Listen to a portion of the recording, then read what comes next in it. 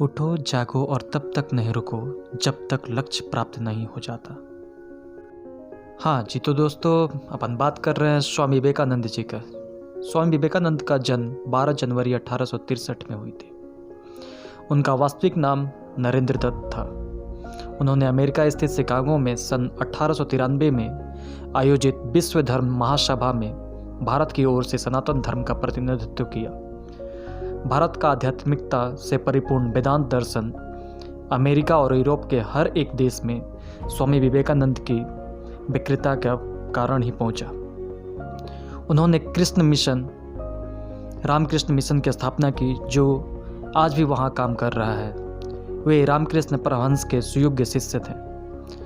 उन्हें 2 मिनट का समय दिया गया था, लेकिन उन्हें प्रमुख रूप से उनके भाषण की शुरुआत मेरी अमेरिका भाइयों एवं बहनों के साथ करने के लिए जाना जाता है। उनके संबोधन से इस प्रथम वाक्य से सबका दिल जीत लिया था।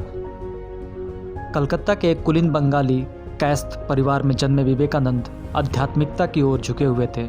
वे अपने गुरु रामकृष्ण देव से काफ़ी प्रभावित थे, जिनसे उन्होंने सीखा कि सारे जीवों में स्वयं परमात्मा का ही अस्तित्व है।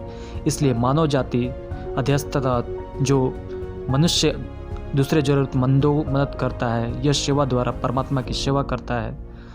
रामकृष्ण की मृत्यु के बाद विवेकानंद ने बड़े पैमाने पर भारतीय उपमहाद्वीपों का दौरा किया और ब्रिटिश भारत में मौजूद स्थितियों का प्रत्यक्ष ज्ञान हासिल किया।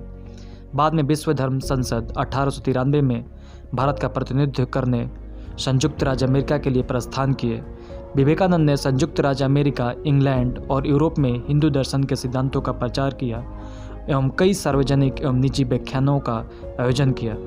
भारत में विवेकानंद को एक देशभक्त सन्यासी के रूप में माना जाता है और उनके जन्मदिन को राष्ट्रीय युवा दिवस के रूप में मनाया जाता है।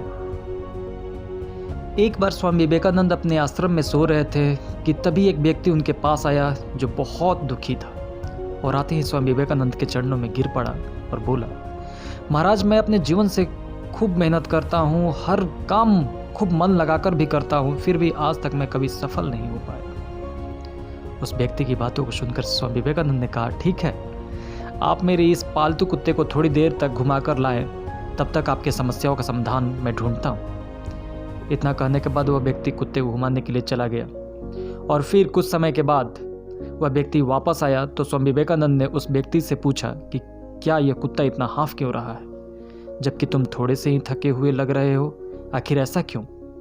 इस पर उस व्यक्ति ने कहा कि मैं तो सीधा अपने रास्ते पर चल रहा था, जबकि यह कुत्ता इधर उधर रास्ते में भागता रहा और कुछ भी देखता तो उधर ही दौड़ जाता, जिसके कारण यह इतना थक गया है। इस पर स्वामी विवेकानंद ने मुस्कुराते हुए कहा, बस यही तुम्हारे प्रश्नों का जवाब है। तुम्हारी सफलता की मंजिल तो तुम्हारे सामने ही होती है, लेकिन तुम अपने मंजिल के बजाय इधर उधर भागते हो, जिससे तुम अपने जीवन को कभी सफल नहीं पाए। एक बार सुनकर इस व्यक्ति को समझ आ गया कि यदि सफल होना है तो हमें मंजिल पर ध्यान देना चाहिए।